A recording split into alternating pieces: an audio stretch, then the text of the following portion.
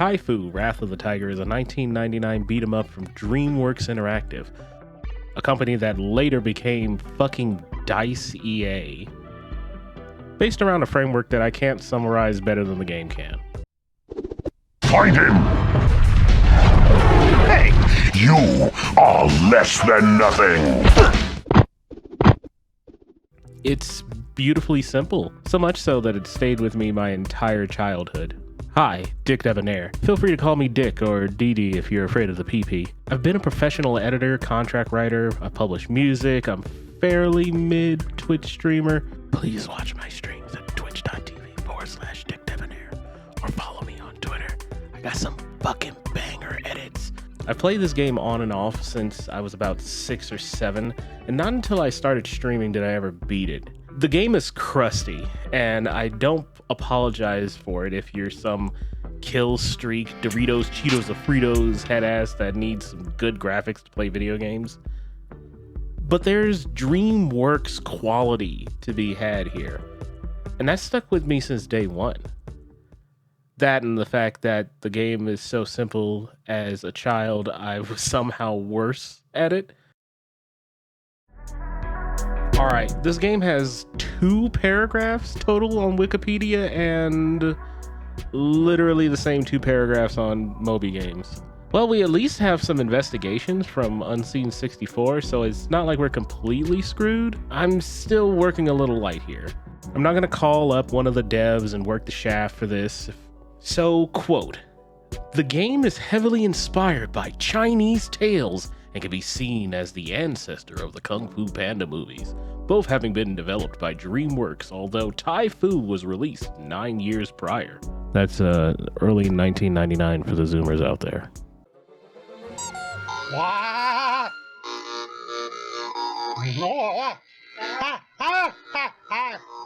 The game reviewed well, sold like shit, because it missed the, quote, Christmas window, so it slid into early 99.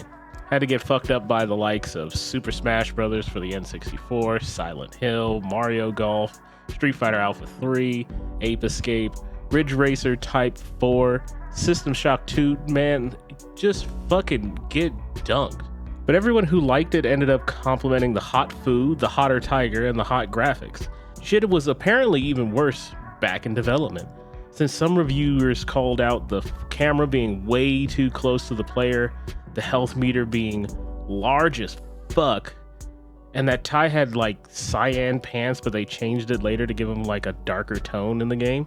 His design was even further influenced by Jeffrey Katzenberg, who you might know ended up leading a lot of the Pixar work later on, who fucking said he was too Tony the Tiger, which is friggin' crazy.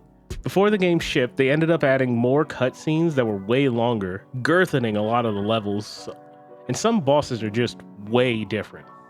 Also, the game overall became a little bit more difficult, and some minor differences in gameplay and sounds and voices were kind of noticed versus the beta build.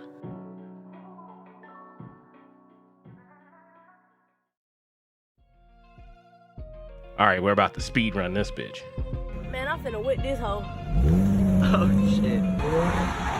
So you saw the intro, and after that, Tai kind of just wanders around a couple places. He runs into the Mantis Spirit, who of course is a Kung Fu master of Krav Maga, and eventually teaches him to unlock his 8th gate. From there, we hit the Leopard School. lunch. How nice. To the Monkey Master. Tai, you are one bad pussy. Thank you, Monkey Master. I must agree. The inevitable Karate Kid reference. Has seen many hands, the wise mantis, the fierce leopard, and, well, the monkeys. before finally Mufasa / Shere Khan comes in and tells him to use the Satsui no Hado.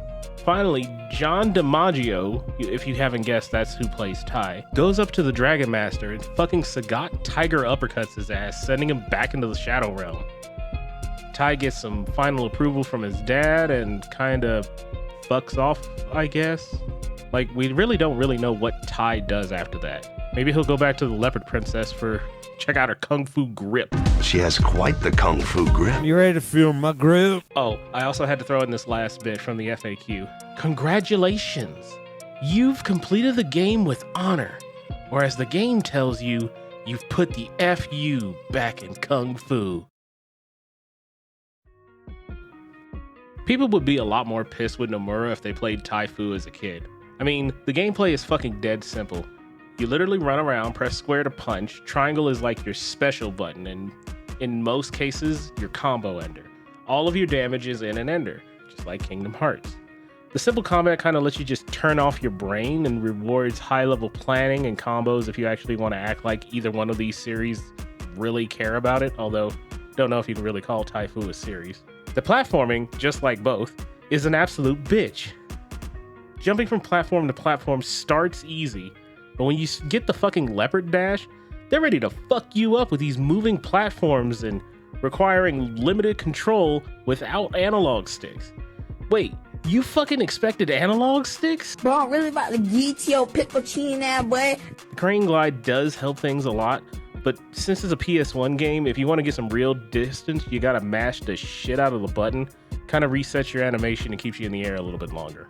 Man, the level designs isn't the best. What with it being the PS1, the boss fights boil down to just kind of finding an opening when they aren't blocking and just mashing square and hitting triangle every once in a while. The game just fucking sucks and I just can fuck.